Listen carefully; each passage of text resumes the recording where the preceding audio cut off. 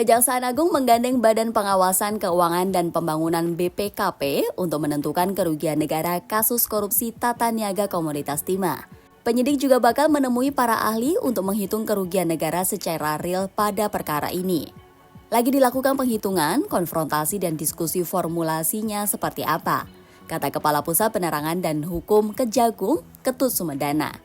Adapun kerugian 271 triliun rupiah diperoleh dari pertimbangan dampak lingkungan hingga kerugian masyarakat akibat korupsi itu. Oleh karena itu, tidak tertutup kemungkinan kerugian negara bisa lebih atau kurang dari 271 triliun rupiah.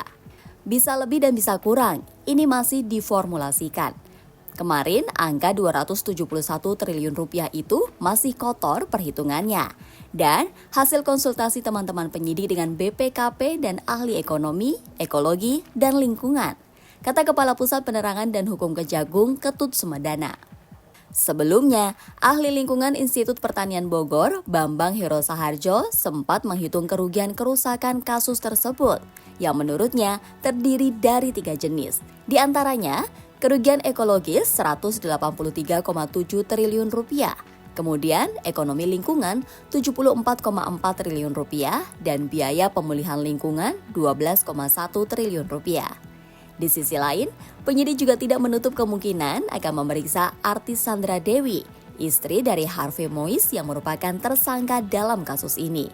Ya, tidak menutup kemungkinan juga akan dipanggil dan diklarifikasi, kata Kepala Pusat Penerangan dan Hukum Kejagung, Ketut Sumedana.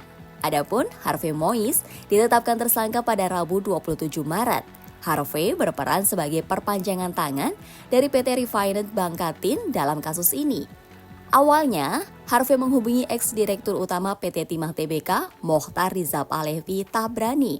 Tujuannya untuk mengakomodasi pertambangan liar di wilayah IUP PT Timah sekitar 2018 hingga 2019. Harvey seolah menyewa peleburan ke PT Timah demi melancarkan aksinya. Selanjutnya, Harvey Mois meminta sejumlah perusahaan smelter ini untuk menyisihkan keuntungan untuk mengcover dana tanggung jawab sosial perusahaan atau CSR. Dana CSR itu dikelola melalui manajer PT Quantum Skyline Exchange, Helena Lim, yang sebelumnya telah ditetapkan sebagai tersangka.